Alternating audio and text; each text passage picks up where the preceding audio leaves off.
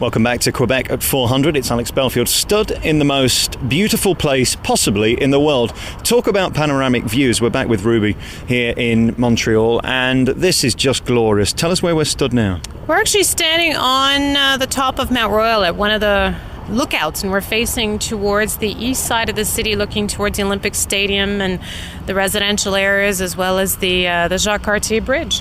You get to see how big Montreal is, because it feels quite small when you're in it. It's quite enormous, isn't it? Yeah, it's about, the island is 44 by 13 kilometers, and it's surrounded by two bodies of water.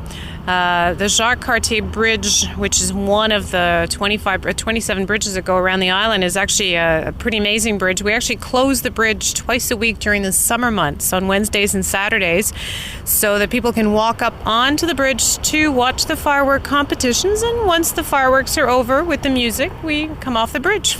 The great thing about Montreal that I'm learning is there's so much free. It's as if you encourage people to have fun and you encourage them to be part of the community. We don't have so much of that really in Britain. That's lovely for you.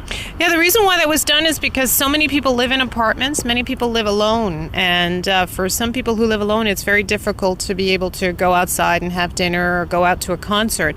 So these festivals and events that we have actually started for ways for Montrealers to give them something to do, and that's how many of the large festivals that we know today began. We've got dancing in the park. You can come and tango in the park if you want to, and some of the parks offer different activities and classes and snowshoeing, so there's no shortage of things to do, not just in the park but within the city. And you were telling me earlier as we drove up to the top of this beautiful mountain, on Tuesdays and Wednesdays you do dancing, which is free to the public, and they can come and be entertained and get fit at the same time. Yep, absolutely. You'll find this on Mount Royal Park and other parks in the city. Usually classes are 7 till 9, 7 till 10, and then until midnight it's freestyle dancing. And that is free to the public. Anybody can come.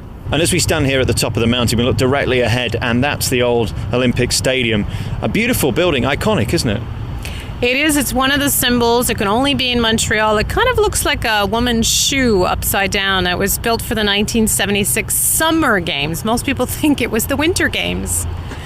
It's almost like a spaceship as well if you took the bit off the top. Yeah, that little bit at the top is actually the cables that hold, the tower holds the cables that holds the roof, because in order to host summer games you have to have an open roof stadium, but what would we do with that in the winter?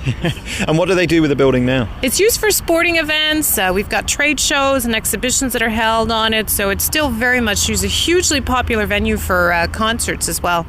And we look out at the landscape in front of us, and one thing that's obvious here are the roofs and the green roofs of the copper buildings. That's so iconic, isn't it, to Montreal and Quebec generally? Yeah, we are. Actually, Canada is one of the largest producers of copper, and the smelting is done here in Montreal. And copper roofs are hugely popular with the winters because they don't have to be changed more than every 75 to 100 years. And many of them are actually churches. We used to be known as a city with 1,000 steeples. Now it's a city with 6,000 restaurants. Ruby, thanks so much for talking to us. Thank you.